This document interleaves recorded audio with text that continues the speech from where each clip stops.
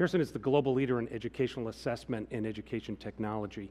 Drawing on our expertise in large-scale assessments, longitudinal data systems, and instructional support systems, we are actively working to inform the public dialogue about high-quality standards and assessments.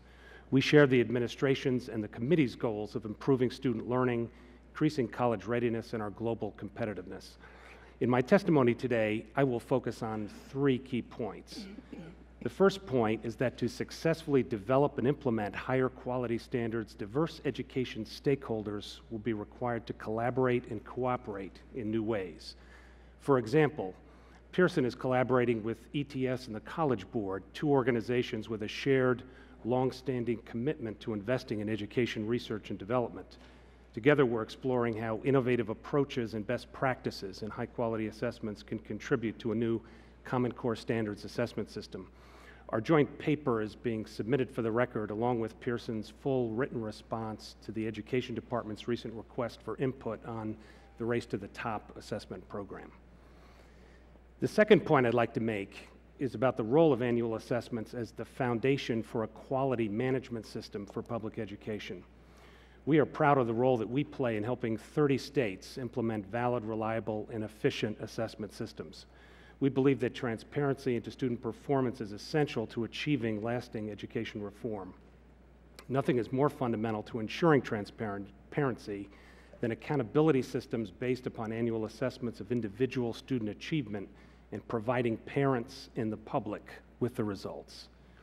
It is only through annual assessments that we know what progress we are making in providing equal access to a quality public education for all children. It's the only way for parents and educators to know whether curriculum and instructional practices are working, what's effective, and what needs to improve. It's the only way for parents, policymakers, and administrators to know whether schools are effectively serving students, holding teachers and school leaders accountable for making progress and improving student outcomes. Here I'd like to make a special point about assessment systems developed in connection with No Child Left Behind. Both the federal government and the states have invested significant amounts of time and money in these systems, which rely primarily on paper-based multiple choice assessments. With all of the resources provided through the American Recovery and Reinvestment Act and Race to the Top, we have a once-in-a-lifetime opportunity to go paperless. And that is my final point this morning, the unprecedented opportunity we have before us to go online to improve learning. Now is the time for states to build out the infrastructure and capacity for online assessments, online management systems, online content and instructional delivery systems.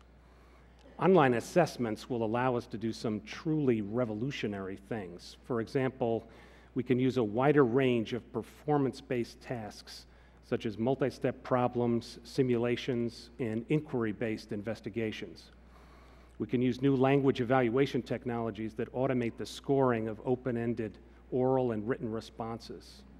We'll have less cumbersome assessment processes and faster delivery of results, allowing more real-time adjustments in instruction. We'll get greater use out of our longitudinal data systems through improved data timeliness and data quality. And we'll be able to offer a wider range of accommodations for students with disabilities and for English language learners. Online assessments better reflect the world of college and work that students will live in. Also note that the emerging Common Core standards in both math and English language arts define constructs that can best be measured through the use of technology. New assessment innovations allow us to go beyond traditional tests to measure complex tasks like problem solving, critical thinking, and analysis, or making inferences within and across core subjects. Advances in technology, coupled with advances in assessment design, make it possible for us to obtain a richer and more nuanced picture of what students know and can do than ever before.